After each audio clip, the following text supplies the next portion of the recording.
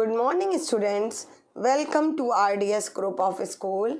This is your Hindi video. This video is for class 6th. आज का हमारा topic है सर्वनाम मीन्स प्रोनाउन. प्रोनाउन क्या होते हैं? वे शब्द जिसका प्रयोग संज्ञा के स्थान पर किया जाता है सर्वनाम कहलाते हैं. यानी वे शब्द जो संज्ञा की जगह पर प्रयोग किए जाते हैं उनको हम सर्वनाम कहते हैं.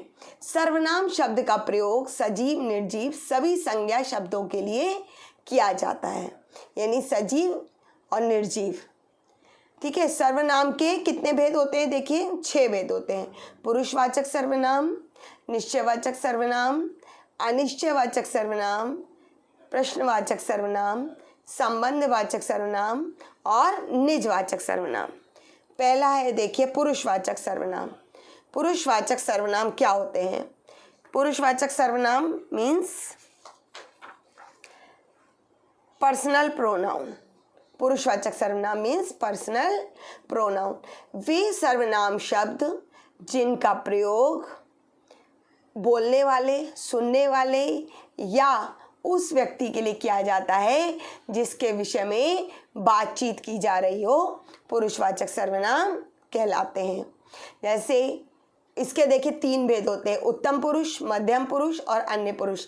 जैसे इंग्लिश में पर्सनल प्रोनाउन के 3 होते हैं, फर्स्ट पर्सन, सेकंड पर्सन और थर्ड पर्सन. उत्तम पुरुष वे सर्वनाम शब्द जिनका प्रयोग बोलने वाला व्यक्ति स्वयं अपने लिए करता है. यानी जो व्यक्ति बात कर रहा है, जो अपने लिए जो व्यक्ति बात कर रहा है, जो वो कहलाता है प्रथम पुरुष यानी फर्स्ट पर्सन यानी उत्तम पुरुष. इसके होते हैं जैसे देखिए मैं, मेरा, मुझे, हम, हमारा आदि. जैसे आप एग्जाम्पल मान लीजिए आप कह दें कि मैं घर जा रहा हूँ, तो मैं यानी कि मैं अपने लिए बात बता रहा हूँ, तो ये हो गया उत्तम पुरुष यानी फर्स्ट पर्सन. मध्यम पुरुष वे सर्वनाम शब्द जिनका प्रयोग सुनने वाले के लिए किया जाता है मध्यम पुरुष कहलाता है. जैसे तू, तेरा, तुम, तुम्हारा. यानी आप जिससे बात कर रहे हैं सेकंड पर्सन यानी आप जिससे बात कर रहे हैं वो कहलाता है मध्यम पुरुष.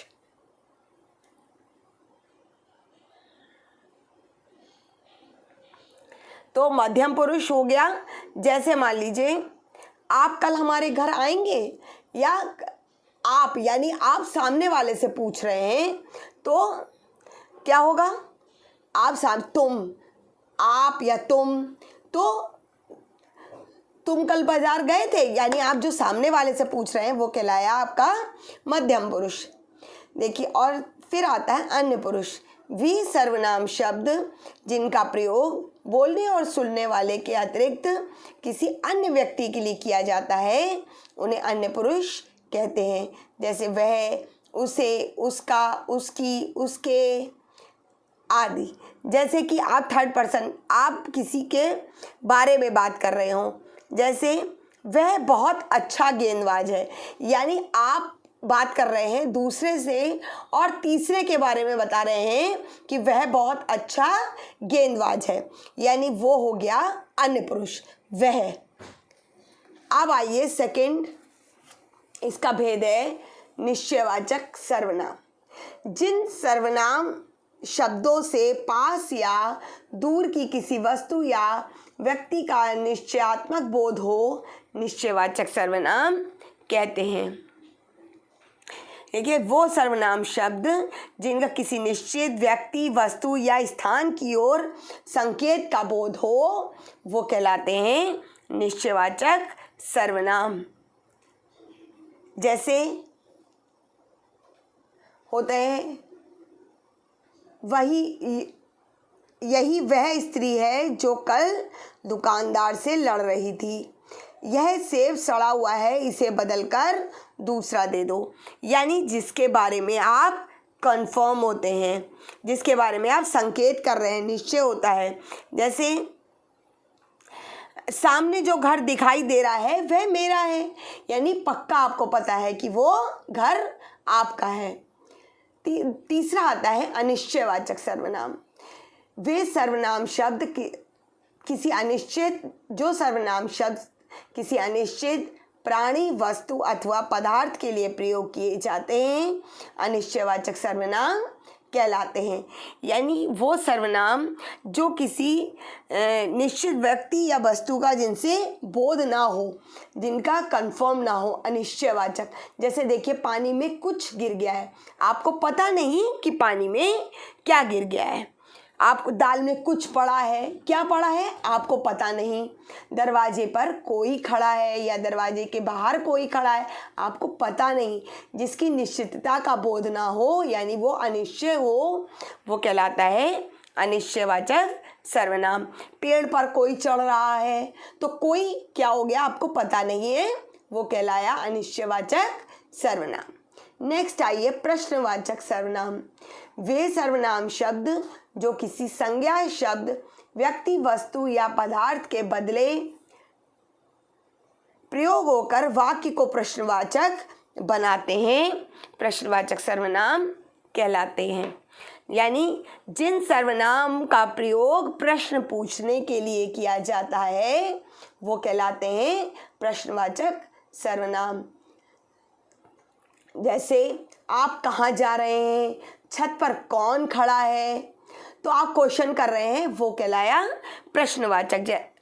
तुम किस देश में रहते हो, वह क्या लिख रही है, ऐसे बहुत से क्वेश्चन जिसमें आप कोई क्वेश्चन पूछ रहे हैं, प्रश्नवाचक यानी इंट्रोगेटिव प्रोनाउन। नेक्स्ट आइए संबंधवाचक सर्वनाम।